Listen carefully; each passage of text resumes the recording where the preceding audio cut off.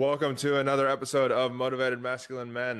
Today we have Darren Silver on. He's going to talk to us about a whole bunch of cool things that he's doing. I've read a little bit about him, seen a little brief about him, but I'm going to let him, as I always do, introduce himself, tell everybody who you are, like in a nutshell there, Darren. And I'm just going to comment, which I didn't get to before we started hit the record button. I love all the wood in your house. It's absolutely it's so cool. It reminds me of Right on. my uncle's house in Northern California, the cabin we call it, which is a massive like 3,000 square foot house because they rebuilt the cabin. Yeah. Nice. Yeah, no. Go and take it away, Darren. Tell us a little bit about so that everybody kind of, as if they know nothing about you, because I'd say that most people that are listening and watching don't. Tell us a little bit about who you are, how you got to where you are now, and what you're doing. Yeah, man. Chris, it's good to be here with you. Yeah. Grateful to spend this time with you and your listeners. Thank you for listening. So I live just outside of Boulder, Colorado. Man, I've been in Colorado for 23 years. Grew up in Virginia and kind of lived all over the state, mostly in the mountains. And I would say it was 21 years ago, I studied with a man. The first time I studied with a man named Tom Brown Jr. And he's written many, many books, 20 to 25 books. And so that standard class is really wilderness survival and philosophy. And at the end of the class, he really went into the landscape of vision. And it deeply, deeply touched me. And it inspired my quest, my journey since then of like, what is vision? What does it mean to have vision? And vision can be broken down in a lot of different ways. For the general public, you can just say purpose or that part of us that came in the world to fulfill something. So I'd say for the last 2 decades, I've really devoted myself to discovering vision, what it is, how to teach it, how to inspire it, how to evoke it in others. So it's all through the lens of nature connection, which is the thing we all have in common as we all live on this earth. Even if you're in New York City, we are still influenced there. So through the lens of nature connection, I've really spent a lot of my time in the realm of vision. Yeah. No, I love that, And man. The nature is so important because you know nothing about me. I'll tell you a little bit about myself, and then we'll kind of dive in. I've got a few. I love the idea of nature. I've been to Boulder as well, so I'll tell you yeah, that in a second. How I got there. I originally from California, which we said before we started recording, and then I yeah. sailed halfway around the world with my parents. So for 5 years, we grew up. I grew up sailing I grew up on a sailboat, 40-foot catamaran with my parents, and my little brother. Wow. So that was through my teenage years. Left the U.S. when I was 13. Got to New Zealand when I was 18. I got here, didn't know what I wanted to do, so I was like, I'll go work on super yachts. And was kind of in the process of doing that. Then met my now wife. I got residency and citizenship through my parents immigrating here because of my age and what they used to do for professions in the U.S. They're both chiropractors, ran their own business for 20 plus years. But Hmm. then I became, I still didn't know what I wanted to do, knew I wanted to stay here. I love this woman. I dabbled in a few things, retail stuff like that, and then I ended up becoming a police officer here in New Zealand. So I joined the New Zealand Wow. police. I did that for 7.5 years before burning out. Never got diagnosed, but with my counselor was like, you have PTSD of some sort, and Yeah. it's causing you to be burned out. Your tank is way too empty, and every time you go to work, it's draining you. So I almost got a divorce. I Hmm. asked for a divorce. My wife got me to go to counseling again, recognized that it wasn't me, it was what I was doing and kind of the circumstances that was causing it. So managed to somehow get me to go to counseling with her for the second time in my career. And then I ended up taking a break and came back to the US, bought a motorcycle. Eight and a half, it did 8,000 miles over 2.5 months on a motorcycle, Wow. camping in a pup tent, just reconnecting myself again. And this is where I wanted to tell you this, reconnecting with nature and myself. And so just Yeah. forcing myself to talk, have conversations like we're having today, tell people about what was going on, find out their stories, hear what they've gone through, and then learn tools and tricks from them that help them through things. And so it's created, this podcast has come out of it, programs and that as well. And so the reason I say that is during that time, I actually came to Denver and I actually met somebody in Arches National Park that was from Boulder. So I went and hung out with her there and then also hung out with some other people. My wife and I are still together, madly in love, better than ever before. But yeah, so that's kind Beautiful. of my journey to here. And I love the nature side of thing. I love Boulder. Boulder is like It reminds me, Colorado reminds me so much of New Zealand. Literally, as soon as I cross into the Wow. border of Colorado, I'm like, oh, I'm back in New Zealand again. So I actually prefer like Arizona, Utah, and that desert type of thing because I've lived here for so long. And then from Northern California, where it's all, redwoods and stuff also. So that's a little bit of my background. So you kind of have an idea of where I am. I hit rock bottom, steps Yeah. off suicidal, didn't want to kill myself, but didn't care if I die. I ride motorcycles. The two of those just don't go together. Hitting No, twisty, windy no, they roads way don't. too much. So I can't wait to hear kind of your side of things when it comes to nature and that. But I'd love to kind of rewind just a little bit. You said 21 years ago, you started, you found Tom. What caused you to seek out Tom? Because I know for men out there especially, it's that wanting, in the back of our head, we know that we want to get help, but so many men just struggle to actually go, hey, I'm over here. I actually, I need some help. So I'd love to hear how you got to that stage of actually seeking him out. What was going on in your life? What caused that switch for you to go, hey, actually, I'm gonna go see this. I'm gonna go learn from Tom. Sure. Yeah. Well, I'll start backwards a little bit. I just have to say, Tom passed ish months ago. In Man, August was a year. And I just have to say, like, in the context of men, I was 20 when I first studied with him. And that was the first time I looked at him and I looked at a man and went, oh my God, that's what a man looks mm, like. Like, that's somebody that I can look up to because of his profound connection to the earth, which is what I always felt growing up. It was the first time I was like, that's someone to look up to. So I just want to start there. So I went to a summer camp when I was a kid. My brothers went there. My dad went to the same camp when he was a kid. And it was in the northeast of the US. And there was a siesta hour. And during that siesta hour, a counselor, he wasn't even my counselor. I like to this day can't recall how we synced up, but he was like, I want to show you some skills. We'd wander the forest during that hour siesta. And he started showing me tracking and awareness and edible and medicinal plants and fire by friction. And at the end of the camp, he said, I learned this from a man named Tom Brown Jr. And I was probably 12 at the time. And he's like, if you ever want to learn more, study with him. He has books out there. And so, of course, I got some of his books, like half are novels and half are like field guides to wilderness survival or tracking and awareness.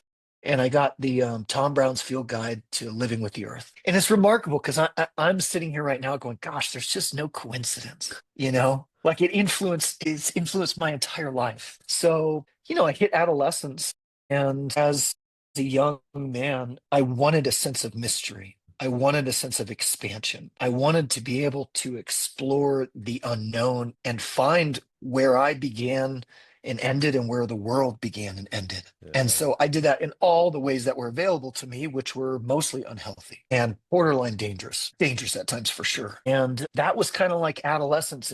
And while I always had a connection to nature and was hunting at the time, and we had land to go to growing up, that part of me kind of got swept up. And then I went to college, came out here to Colorado, and it just like came screaming back to me, like, what about Tom Brown? Like, I should do a course. And I took his standards, like the entry level course. There was probably like 200 different courses over the 50 years of the school that were offered. Of course, not all in one year. And the standard is the entry level, and it's mostly survival skills. So I remember like witnessing Tom and going, not only is this man powerful, but he's showing me physical skills of connecting to the earth, shelter, fire by friction, flint napping, basketry, pottery, tracking, bird language, awareness. And that was pretty heavy the first 5 days, like real heavy physical skills. And then the last 2 days, he went more into the spiritual side.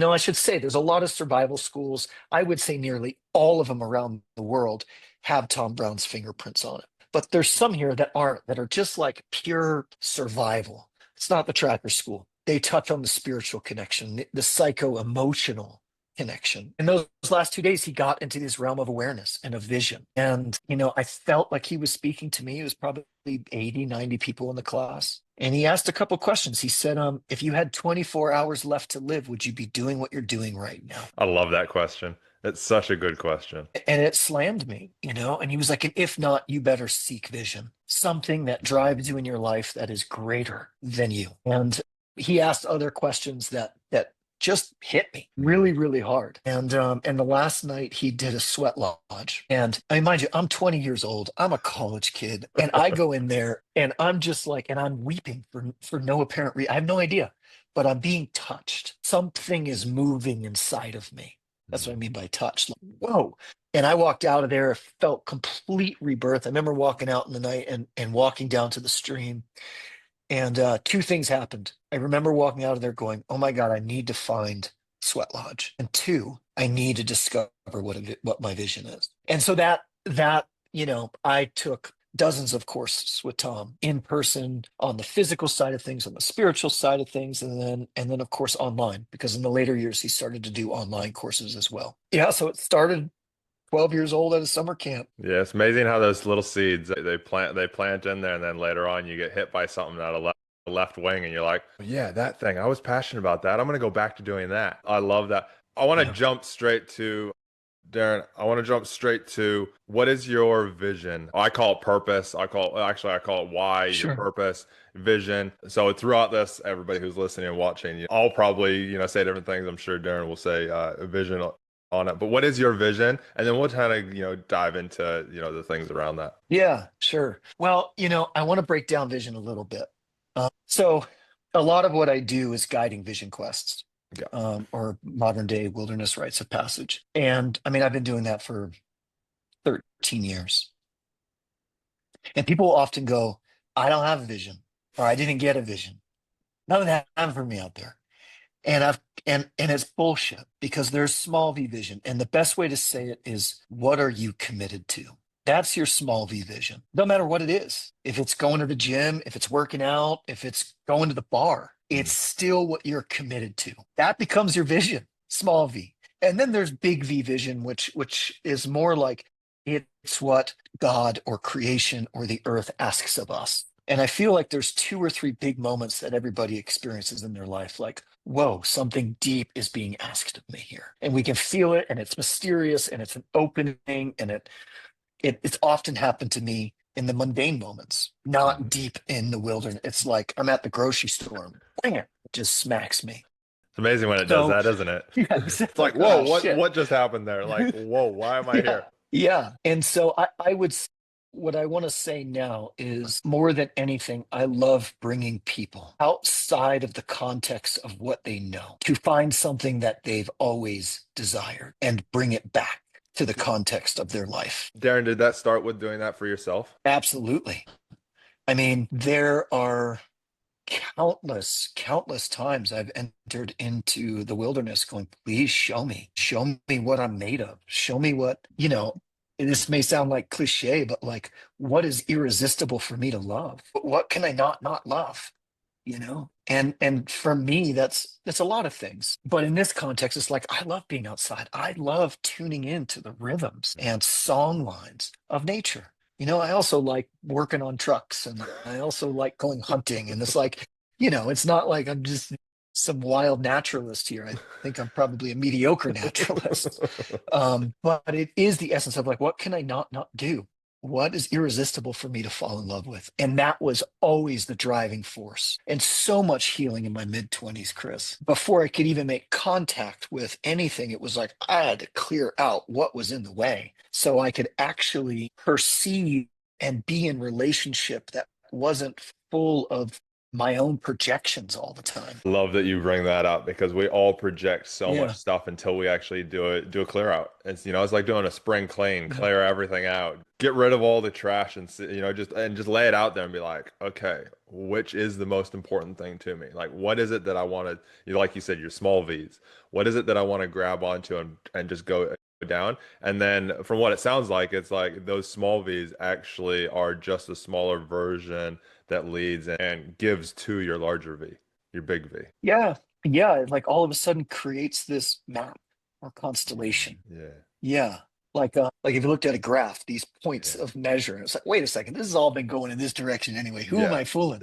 Yeah, I exactly, was not exactly. made to be an accountant, That's and that's when you're your happiest. That's when you see the people that are fulfilled. They've got a smile on their face like yourself, It's when they have that and yeah, it's so important. I'm gonna jump straight into a bit of a deep question here. Why is this so important for men, do you think? That's a damn good question. I think men are driven to mystery. And I actually feel like that's rooted back however far we have to go into our lineages into tracking. Like I think tracking is actually pre-written word because it's symbols that tell a story across the land. And there's nothing like getting on a trail and following it that encompasses mystery and adventure and risk. And I think men are wired for that. And so, how does it play out in modernity? In a way that includes the whole of life, that includes a sense of, let's just say, the whole of ourselves, that we don't have to cut part of ourselves off to pursue something. That's why I think it's really important for men. I think we're wired to enter into mystery. Well, Yeah. you go back 2 million, like you said, back before the written word. You go back to then. There was really three things that we did. We provided, we protected, and then why is my brain just lost the third one? Always does. Provide, protect, and like procreate really is the three things that we used to do back in the day. And if you think about tracking, as you said, it is all about providing and it's also about protecting because you'll track, back in the day, even now we still do it just in different ways. We have so many distractions, so many things, but when you're really honed in on something as a guy, back then it was tracking animals so that we could provide to the tribe, provide to our family. Mm. And it was if we wanted to procreate as such, it was how do we track, and not in a sleazy nasty way, guys. I'm just putting that out there. This is where we've gotten that toxic masculinity, but where we go, like my wife will say hands down she did not want to date me in the beginning. She's like, I'm too tall, too American, and too loud. And again, I didn't stalk her, but it was like, I got her number and I just literally was just like, just go on one date with me. Just come out with me like one time. And if you don't like it, and she did. And then that was it. Like we moved in together 6 weeks later. Like but I have always been singularly focused on her. And that's exactly what you have to do when you're tracking is you're singularly focused on one thing. There's no other distractions. There's no other, you're just focused on that one thing, what's going on around you in that singular kind of focus side of things. But it's so important. And then we bring it forward to today. And I'd love to hear your thoughts. How do you believe that translates into modern day, not just wilderness side of things, but modern day men's everyday life? Tracking Yeah, tracking and or that kind of yeah, that awareness. kind of awareness. Yeah. Let's think of that Um, accountant. Let's think of that accountant or that real estate guy or the builder. How do you think that kind of fits into the modern day era outside of just the wilderness side? yeah. I mean, the question I would ask men is like, in the places and the context that you live in, do you feel a sense of belonging? And I've worked with hundreds of men, and my experience is oftentimes no. Oftentimes no. They're alien to the lives that they have created for themselves. What have you There's found the so reason much. is? Well, there's something to say about the expectations that are put on men. Um, and the kind of there's of course like noble beauty and in the things you talk about providing, about protecting. I think that's hardwired in us, and yet the way that modernity provides that doesn't also provide a sense of belonging where the fullness of us can be there. And so why is nature connection important? Because it can give us a sense of belonging with the very fundamental commonality that we all have, which is we live on earth. Yeah. I want to just riff on this a little bit more. When there is deep earth time and nature immersion, and a man goes into the woods, and after a couple days, all the distraction, the cell phone, the calls, emails, friends, spouses, partners, children, drops away, they are able to see a clearer version of themselves as it is reflected in earth because nature is always reflecting itself as it is. I'm looking at wild plum and cottonwood and some ash trees out my window. They're always going to behave as trees. When I immerse myself in that context, who I am naturally wants to make it evident. And there's a deep sense of belonging, of kinship, of I am part of something bigger than me. Yeah, that's very true.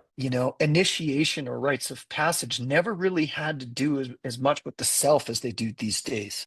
It had to do is, can I be part of something that's greater than me so that the truest part of me goes forward? Yeah. So what's I remember being on my motorcycle trip, and I was riding with a couple of guys, and they were like, do you want to come follow along with us? And I was like, yeah, awesome.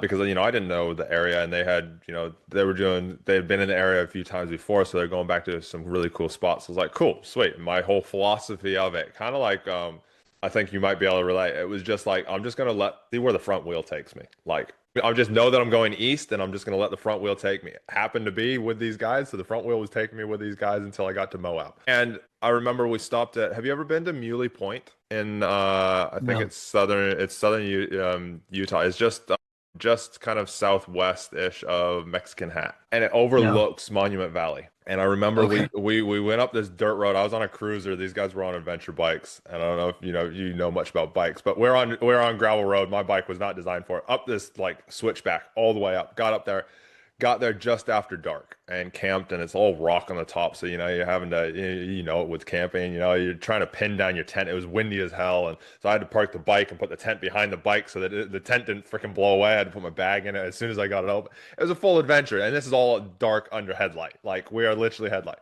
Woke up in the morning, and I'm probably, I don't know, 20 yards from the edge of the cliff that drops like 3,500 feet down. Like you're looking down and you're like, and it just, you set a point, and the reason I say this is you set a point around something bigger than ourselves. And I remember sitting on the edge, and this is in the heat of my burnout recovery kind of process. And I remember sitting on the edge of that cliff, looking out at Muley Point, or looking out at Monument Valley way off in the distance, looking down like dirt roads look like little ant trails. And I go, my shit really doesn't matter. What I've been doing has not connected with me, and this world is so big. I am so insignificant. Get over yourself. Do what you Mhm. love and just keep having fun. And I remember thinking Yeah. that while I sat there, I've got actually took a photo of my boots at the time looking down. And I remember just being there. And then I've got another photo that one of the guys took of me standing on the edge of the cliff, just looking out over this mass vastness of the planet and going, wow, Mhm. just wow. And I think where I was going with that is how is it that guys can get this with the busyness of their lives? It's easy for us to sit here and go, we're at that next level. We're at that, where we just make it happen. We have our vision, we have our drive, we know what we need to do to kind of, we have those moments where like, oh nope, need to get back out there in the bush. Like just need to, or like for me, I need to get on my bike and I just need to ride. How do guys start to implement this so that they can actually grow in their masculinity, grow in themselves without having to burn their whole lives down, like, for example, I did, or completely Of do a whole, course. whole 180, when they have wives and kids and responsibility, they've got to provide in different ways. What is it that you kind of teach, or what is it that your kind of beliefs are around how they can do that without having to burn everything to the ground to be able to rebuild? I know that's the fastest, and it's like the whole Phoenix thing. Yeah, what are your thoughts? Well, what I hear in your story is, how did you say it? The front tire leading the way. Just let the front tire take me where it needs to. Yep, just let it lead. Yeah. There's a relationship between focus and surrender, and they're incomplete. They're like how I often talk about is they're dance partners. They dance together. And so what I hear and what you're sharing is like a deep sense of surrender, of even timelessness. Like I'm going to surrender to what happens. I'm going to surrender to life. And granted, you gave yourself an awesome amount of time to fully surrender and allow what wants to move through to lead you to that precipice of, my God, like I'm not as important as I think I am. I just gotta love, and I'm like right here. And so what I'd ask men is like, where do you get opportunities to deeply surrender? And can you if you can't give yourself 3 months or a month or 9 days or whatever it may be, like how can you do a little bit every day where you can truly surrender and be held by the mystery of life a little bit every day? Maybe it's fishing. I don't know, but where you can give yourself so it becomes a certain maintenance. And then the decisions we make one by one can turn the ship. So it doesn't lead to like, everything burns to the ground, which is just so common these days. It's so It's common, so common. especially in men these days. Yeah. It's that we're seeing is it an epidemic, I guess you could call it, of Oh yeah. the demasculinization of the planet. And it's so I love when I got the request for you to come on, I was like, oh, wilderness. I was like, oh yeah, I love this. When I was a kid, used to go out, and even now, going out in the bush and going for a hunt and that I don't do it enough, to be perfectly honest. But I get out on my motorcycle, which is my kind of nature, and I'll go for a ride, or I go paragliding as well, and that is just next level, just kind of totally clears my head because you're fully in the nature. It's the closest thing you can be to a bird. I was just like when I knew I was going to have you on, I was like, this is going to be great because nature is so important for men to touch back into their roots, Yeah. even if it's just going to the park and just looking at the birds. Yeah. Yeah.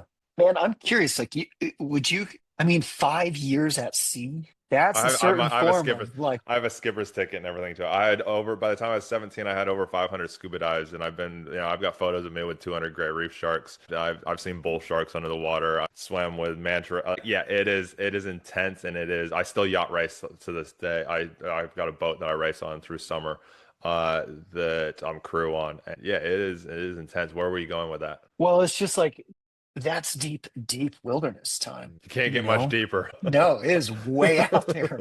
Unless you go bushman, you can't get much deeper than that. Yeah. Yeah. Yeah. I mean, there is I mean, I can go so deep into this. And I guess I will. I don't know your audience that well. But to me, initiations of old, Mm. of intact earth-based cultures, indigenous peoples. When initiation occurred for the boys, it was all of a sudden you become, they would often say the men become your second mothers. Like you leave the mother's world and go into the father's world, and then they provide a nourishment that's a very different kind of nourishment. And I would say that part of that nourishment is understanding the culture of which you're being initiated into and how it ensures the survival of your people. In the absence of initiation, and men are being initiated in ways that is no longer about the survival of life. Truth. Where it is, it's just so immediate that we're not seeing the consequences that are going to happen to our children. Yeah. And I think there is something like very deep grief inside of men that's mostly unconscious of like, wait a second, for thousands of years, it was my responsibility to be initiated into something that truly ensured the survival of everything that sustains us, the Yeah. women, the earth, our food source. And we're kind of doing it in a way that's so short-sighted that the long term is actually going to annihilate us. It is annihilating the earth. Tell me more And around like so, where, sorry to interrupt. Tell me more around where like with the grief and what you believe we're annihilating. I'm curious. I yeah, think I I'm mean, on I this. I feel think I'm like, on the same page. I just wanted some clarity around that. yeah, I mean, we're talking about the ocean, so it's in my mind. Like, what is it? Like 80% of the Great Barrier Reef is damaged now. There's something like 280 to 300 species a year that go extinct. And this is our lifetime, me and you, Yeah. you know. Um, that's a reef that I don't know if you have kids. I don't have kids, but it's like if I do, that they won't get to see. Yeah. There's lots of And things in the nature that they won't. impact, exactly. Just think about the sense of take it outside of the context of nature. Here in the US, there's school shootings weekly. There Hmm. was one 3 weeks ago in Colorado, just south of where I live. It's like the intensity and violence and the sense I think that really, really on a deep level gets men is like, wait a second, am I able to protect what I love? Yeah. These are my children, and I'm in this system where I have to drop them off at public school so I can pay the bills, which is there's a nobility in that, I'm not dogging that. It's just there's this sacrifice that's getting to a point where it feels like the wrong precipice. Well, men aren't able to. Men have been squashed. And again, I don't want people will watch this and maybe take it the wrong way. I believe that women should have all opportunities. They should be able to do anything and everything that they want to, but they shouldn't be forced to. And I feel like this day and age, women have been forced to step up to the man's level, and men have Mm. been forced to step down as well. And in turn, you have this, like you said, we don't know where we belong almost in a way. We don't know. Mhm. We have this fear of we can't protect things. Where it's almost this, as we talked about earlier on, it's this identity crisis. It's this men no longer have this vision of what they do. You know, back years ago, yes, I won't deny it's probably it went too far, and there are some people that are way out there too far. But men have lost that protecting, that providing, even the procreating or the, I really focus on those first two though, protecting and providing, because if you're not feeling like you can protect, then you lose that vision. You lose that Yeah. drive, that purpose. If you feel like you can't provide, then it's like, well, what's the point of my life? And you're seeing more and more men in their 20s staying in their parents' basements, playing video games, watching porn, and doing nothing. Yeah. And like a 20-year-old today has the sperm count of a 70-year-old. And the testosterone levels we're just watching all completely drop. And I honestly, and I'm going to go Exactly. back to where you kind of have that expertise, that nature is so important. If we just get out and wander around the wilderness, instantly, you watch a man walk around in the wilderness, even if he's never been hunting or in the wilderness before. Like I've taken some people, I don't do a lot of hunting, but I've taken some friends and stuff out into the bush and, with a rifle, and we're wandering around and you just watch their confidence levels shoot through the roof, yet they have absolutely no idea what they're doing. Yeah. Yeah. Yeah. I want to say something like, I'm not a woman. Don't know. I'm in a relationship with a lot of women, not romantically. I'm romantically in a relationship with one, but I have a lot of elders and women friends, and I think that there is something in women that said, geez, for thousands of years we trusted the men to protect us. And I don't trust this culture anymore. So can I trust men? Yeah, that's it. And that's this kind of like real this kind of ambiguous, nebulous, like who's what. Identity and, crisis. and I, I It's a complete vision loss. yeah, and I can get it from that perspective of women going like, what the fuck, you guys, like, get your, like, protect us, Yeah. protect life, protect the babies. And so yeah, I think it's a really confused time. Yeah, How for do you men see and for women. wilderness? How do you see wilderness helping this? Like how do you see, like, let's talk about, you brought up New York in the very beginning. New York, I think, is probably one of the biggest. I mean, I haven't been to New York myself personally yet. I've been to Tokyo, world's largest city, and they still have nature kind of around, but it is very much of a concrete jungle. Oh yeah. How does a man that's in that busy stock market, let's say, the image of New York, they're in that busy world, how does nature play a role in kind of counteracting this world that we're in now? And how does a man in the heart of Manhattan do those little things and be able to start today to be able to kind of reconnect himself back into himself? Or let's talk about that, or like 30-year-old, that is like in that lost situation. They are maybe still trying to get their career up and going, but they feel that lostness. How do they use nature to grow themselves, find that vision? What are some simple little tips that you can give? Yeah, so I'll just tell a little story. There was a doctor that went on a quest with me, a medical doctor, and he went on a quest with me in the Northeast Kingdom of Vermont. So way up there, deep, deep forest. And he spent 4 days and 4 nights fasting alone in the wilderness. And the pace at which he entered from New York City, from his life as a medical doctor, I mean, it was like it was like a train wreck because it slammed on the brakes and everything in his life toppled over himself and he was fumbling. And those 4 days, he slowed down his pace so much. And kind of the last day that I'm with them, because there's a couple days of integration on the back end, I send them back out to the spot. All the people, the participants go out to where you quested. And my instructions are say thank you. That's it. Just go out there and say thank you to the place. And he comes down, and he was in this place where there were a tree had fallen. So all these pine saplings, really thick, were growing up there. And he carefully dug up three small saplings. He's probably illegal, not there, but what he did, he put them in a bag with some soil, and he went back home and he found a spot he can go to every day in Central Park. And he planted those little trees. That's, yeah, And he was like, I'm going to go there and I'm going to water them. And I'm going to tend that part of me too, so I don't forget this experience. that's giving me goosebumps. And yeah, it was so powerful, man. And, it doesn't take much. I tell people, like, set yourself up for success. Don't say every day for an hour, I'm going to do a wander in Central Park, or Like once a week, I'm able to spend 20 minutes, but those 20 minutes, I'm going to let go of everything. Another thing is cities are pretty cool because there's trees it's just like one fucking tree on the sidewalk. So you can identify that tree Yeah. and you can learn the trees.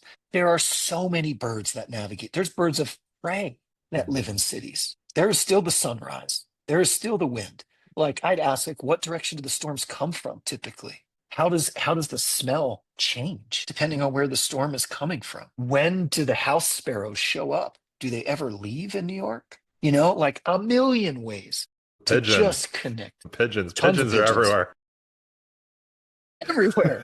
You can never not. Yeah, and there is a rhythm and pace that exists in the natural world, right? We spend 4 or 5 days backpacking.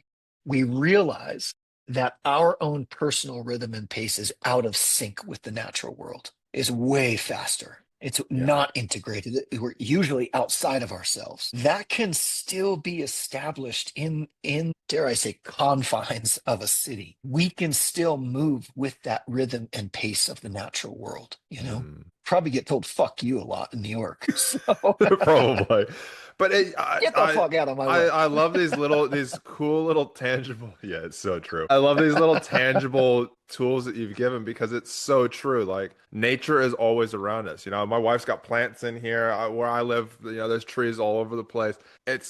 But what I've heard the common thread. Have you done any neuro-linguistic programming training at all? So one of the NLP. yeah, NLP. So one of the Mm, techniques in NLP, so I've done a lot of training in it over the last kind of 8 years since I left law enforcement. And one of the techniques is called anchoring.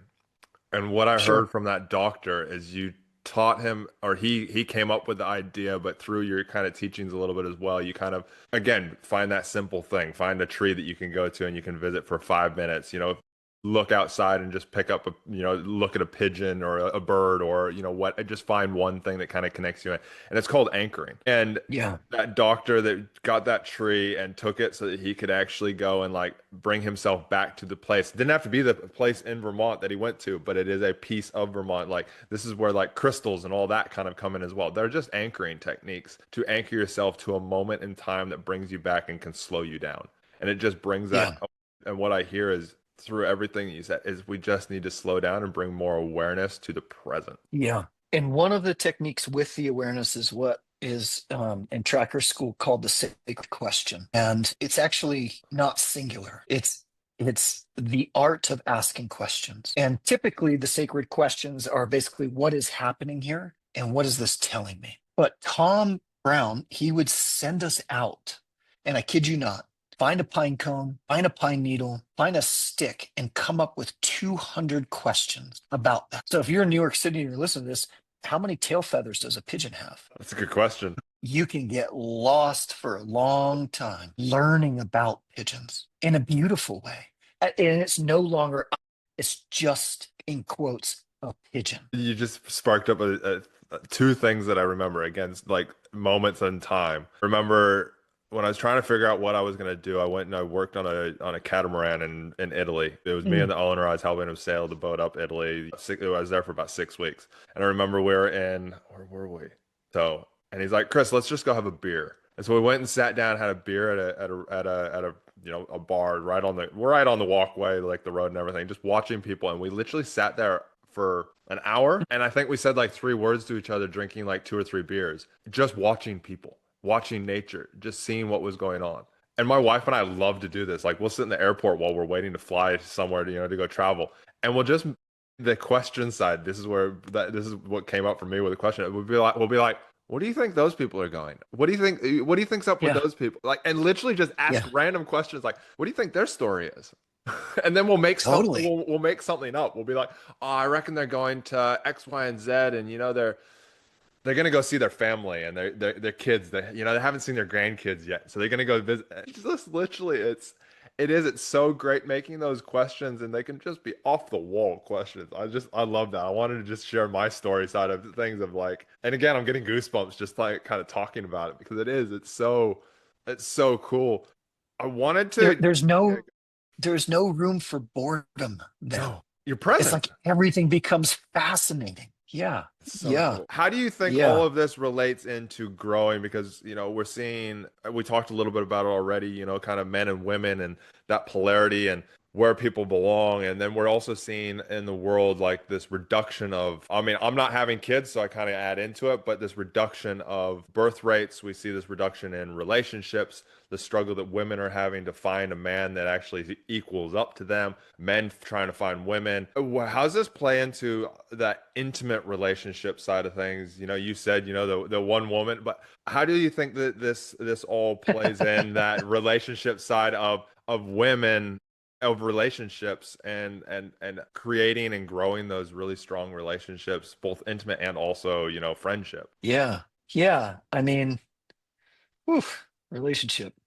Um, yeah, I do believe that's one of the containers that we have that the most incredible growth can happen, um, is in committed romantic relationship. I mean, it's just such a cauldron. Oh, in my experience in the wilderness, how I would say it, I don't see myself as being like, gosh, I was so troubled as a teen. Or, I feel like I was kind of like middle of the road. I had no capacity to be an intimate connection. And I learned that first, I would say, in my 20s through developing a deep relationship with fire. And I actually recently said this on a quest on a program where I said, intimacy is when vulnerability becomes a dialogue. And there is nothing for me, there is nothing where I can, like, the earth doesn't judge. I can be so vulnerable with the stream that lives outside my door here on the land I live on, or the trees where I can share what's going on. I can go into deep prayer. I can go into meditation. I can tease out things that are bothering me,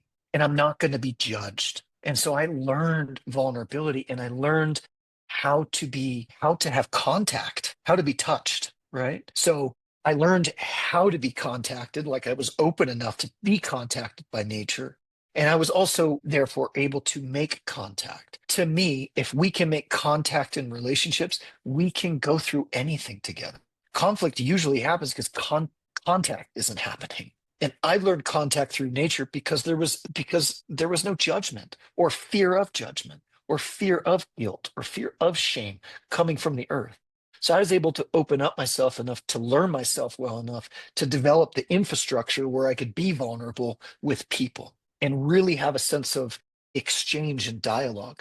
The term vision quest was never, I haven't found one Native American tribe that used that term. That was an anthropological term that they gave cross-culturally this thing called a vision quest. But I have learned the names of what is called a vision quest, and it was different for each tribe. But I've learned some of the translations. And one of the most fascinating ones I found is from the Pawnee, and it translates to know or learn by being touched. And by touched, I mean moved. I mean Yeah. contacted. Yeah. And it's like, so how does it help our intimate and personal relationships? Because we're able to establish contact and bring that back to the relationship. The second thing is we're not carrying around bundles of baggage from work, from stress, from the traffic jam that we were stuck in, which happened to me last night. I was in traffic for an hour, like, geez, it's like we're able to detox, so we're able to be present, and when I behold the magnificence of the earth, the preciousness, the threshold. I can be, there's a Cooper's hawk that hangs out. Cooper hawk are accipiters, so they hunt other birds. And it's happened before where I'm watching a bird in awe, and then out of nowhere, it's in the talons of another bird. It's like the threshold of life is so precious. And when I bring that back to my relationships, I'm a lot more grateful. Like, oh my God, I have this blessing of this moment with somebody, and their wild experience of life and my wild experience. Like, wow, like, can we make contact deep enough that we can experience life together, romantic or not? It's such a gift, such a gift. One of the consequences of deep nature time and quest is gratitude. Is gratitude. It becomes the baseline. I've had people go out on quests that they're like, I don't like people. I don't like want to be around people. I don't like people, and then they can't wait for the group to come back together. And they're just like, oh my God, this is amazing. Maybe I'm a little preachy right now. but No, I feel I past. love it. You can see the passion. I love it. It's absolutely astounding. And it's all so true. I was just thinking while you were talking, I was like, you said traffic jam. And, there's times where I get stuck in traffic. I work a half hour away when there's no traffic. I ride a motorcycle, so I get to go split through the lanes and that. But when I'm in the car and you're sitting in traffic, you can do one of two things when you're sitting in traffic. You can either get pissed off with it. My God, I'm in traffic. I've got to sit here for this next hour to get home, blah, blah, blah, blah. Or like you said, you can look around and look for nature. And I find myself doing it. Like I sometimes will catch myself and I'll be like, why am I pissed off? I know that this happens every single day. Like it is just a fact. Every day between these times, there's going to be traffic. And then that's when I do. I kind of will just start to look around. And you just kind of go, oh, that's cool. I never noticed that. Yet I've driven this road a million times and I've never noticed that tree there. Exactly. You know, and it's the Yeah. same thing like when I'm on my motorcycle, I'll talk to other riders and they're like, oh my God, like you literally mostly ride just splitting lanes and, going like commuting to work. I'm like, yeah, but I absolutely love it. Like this last week, I Yeah. found myself, again, I take the ferry to work most of the time. And so it's great. You can just have that, time on water and in nature and it's amazing. But I found myself going, nah, I need to get on my motorcycle and I just need to ride it.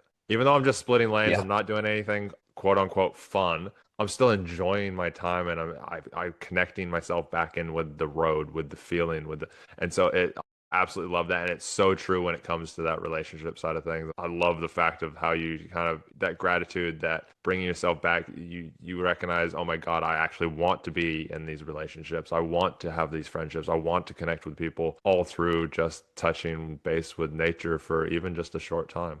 Yeah. Darren, how do people get in touch with you if they want to go on one of these quests, if they want to learn more about you, if they just want to kind of research you a little bit? What's the easiest way for somebody to find this information? Earth, DARRENSILVER.earth, Cool. is the best way to stay updated with what I'm doing and offerings, and newsletter as well can be accessed through the website. Yeah, I mean, I'm kind of winding down the quest. I have one more this year. We'll go into deep winter time, but I have year-long containers, some that are just for men, some that are co-ed. And if it's like I'm under the influence of the idea that each of us, me, you, we came into this world with something to give, that if we don't give it, it's simply not going to make itself evident in the world. And I love helping people discover what that is, or rehydrating it, or empower it, or find the next step on the path of that which we already know. It's the most glorious thing. And I fully feel that if you're living your gift and your genius and your vision, and I'm doing mine, then we are going to braid and honor each other. The sense of competition goes away. And it's like, God, I'm just happy you're doing your thing. And I'm doing my thing. And together we can have that beer for a couple hours in Italy and just watch people, or whatever it may be. Yeah. Yeah. So that's what I'm up to. And any of the things that I offer, it's all in that vein. And there's a methodology to it. It's very concrete, for me. There's nuts and bolts. Yeah. Darren, I love that. Thanks for sharing so much about, kind of what you're doing, how people can get in touch. I'll put the link to your website down in the description as well for anybody who wants to go click on that and find out more. With the nature side of thing and that, a few questions that I kind of do like to ask because I'd love to hear your thoughts on it. What does being a motivated masculine man mean to you from your learnings, from Mm. your experience? Yeah. Where I go with it is, are we externally motivated or internally? Now, a motivated masculine man is motivated by his heart, by his internal, not by external motivation, but by his own heart. Yeah. I love that, man. I love it. How do you stay grounded? Like I know I can see through kind of the side windows there. I mean, it's just light, but I can tell that you're kind of, and I've been to Boulder. It's very much of a nature area. You can just literally walk anywhere and see tons of trees and nature and that. But what's your kind of habits and rituals that you do to keep yourself grounded that, maybe another man might be able to kind of take away and go, hey, actually, I could implement that. Every day I spend time in nature. How long? Man, sometimes it's 20, 30 minutes at the least. Sometimes it's a couple hours, but every day connecting. I mean, I'm blessed that I live on 35 acres outside of Boulder. Since we've been on this call, 6 turkey have walked outside my window. Oh, dude, that's awesome. And I try not to be too distracted with them. But every day, if I'm not traveling and I'm here, if I don't, which is rare, but if I don't have a day that's like completely full of meetings, which I had one last week that was like 8 in the morning till 9 at night, even then I walked out for a couple minutes and took a breath. Well, every day is a little bit of time. That's probably my biggest, most consistent routine that I have. Inside of that nature time is sometimes I come back and I journal what I've seen. While I'm out there, I'm doing some type of deep. Man, I went out at 11:30 last night and was tracking a worm that was moving across the grass. That's awesome. Wasn't much, but I completely was absorbed in the world of that worm. It's interesting when you say the tracking side of things. What pops into my head, and it's such a masculine trait, which tracking drops you straight back to that masculine. And again, I'm going to say this, both women and men both have masculinity in them. There's just one is more dominant Hmm. than the other, and it's not necessarily to do with sex. Majority of the times, male is has a more dominant masculine traits. Focus and being that laser focus is one of the dominating traits of masculinity. And so Sure. that tracking is literally feeding straight into like honing in that focus side of things. It's why men have less Mhm. peripheral vision than women. Women are more of a take everything in, talk about things, communicate. They say like 4 times as many words in a day than a man will normally. And they'll describe Mhm. things to the utmost detail, and it drives men batshit crazy because they're like, just get to the point. Like, and then we also think, are we going to be tested on this? So, like, I remember being at a seminar on masculinity, and he talked about meadowing. Women meadow. They just tell all these different things, and then they get to the point. Whereas men, it's like, what was a party like? Oh yeah, no, we had a few beers, and the sun was shining, and Steve and I talked about the sports game and stuff. And so Susie and Bob are getting a divorce, and all of a sudden the woman's like, "Well, tell me all I don't know. They're just getting a divorce. That's all I know. Why are they getting a divorce? What's happening?" Like, and whereas a woman comes back and they'll literally tell you all the fine details of the color of the cake and all the, a very feminine woman. And but when you say around the tracking, and it's bringing me to that whole thing of tracking isn't just tracking animals, it's also tracking your life, tracking just finding something that you can really focus on and giving yourself Mhm. time to really focus and hone that skill. And so I love that. Sorry, I had to go on a bit of a rant there myself. Totally cool, man. It's such a true thing, and I love the fact that you're teaching so many men and women to really live in that side of who we are as humans, not just Mhm. as a father or a career, just as humans. How do you? I know you've been doing this, and so it's probably habit. It's just habit now of going out in nature every day. But how do you, or what would be your advice to somebody who, and we kind of talked a little bit about it, but that advice of how do they just implement, what's the easiest way to implement that into their life of just that one thing that they find is for them, for you, it's you're tracking, being out in nature. How do they implement that in and make sure that it doesn't get pushed to the side because life gets in the way? Mm. Well, I mean, I'd ask men that are listening, like, what's at stake if you don't? What are the consequences to yourself and those around you if you don't give yourself that time? Yeah. And the how is like, you're going to figure it out, you know? But you have to come in contact with a sense of consequence, which is kind of, I wouldn't say it's masculine as much as it is an adult. It's an adult quality. And we understand consequence. And yeah. So it's like, what are I remember there was this guy that was young man, mid 20s, like perfect age to be wandering, to be exploring, to be figuring out who he is. And he really wanted to just give it a shot at playing live music. He was an incredible musician. And he was like, I want to like book like small bars and this and stuff, but I'm so afraid. And I asked him to say, like, what's the consequence if you don't? If you never see what's there, you know? And he was like, oh God, I have to do this. You Mm. know, he didn't have grandiose ideas like I'm going to move to LA and completely change my life. He was like, I just need to check this out. So it's about consequence. I love that. Oh, Any words, final words of wisdom or insights for men who might feel like something's missing? you might have for If something's missing in your life, it's probably yourself, We can go hunting down everything and have all the things and still feel like something's missing. But if we have ourselves, it's a very, very different experience of life.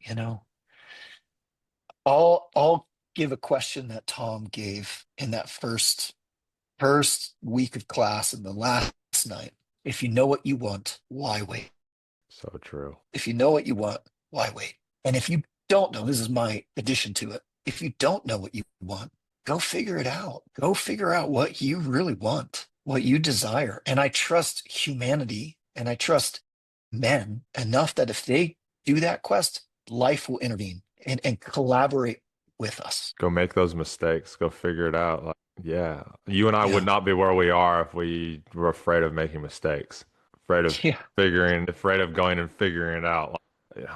I wouldn't have gone and hopped on a motorcycle and like rode around the United States Southwest going, I have no idea what I'm doing. I had so many people. I bought the motorcycle, found one. People were like, "Oh, where are you gonna go?" I was like, "I don't know." I looked at a map and Diamond Lake looks cool, so I'm gonna go there the first night. And then they're like, "Where are you gonna go from there?" I was like, "I don't know, somewhere west. Maybe I'll make it to the Yeah. East Coast. Maybe I'll make it. I've got some family over in Florida. Maybe I'll make it all the way there."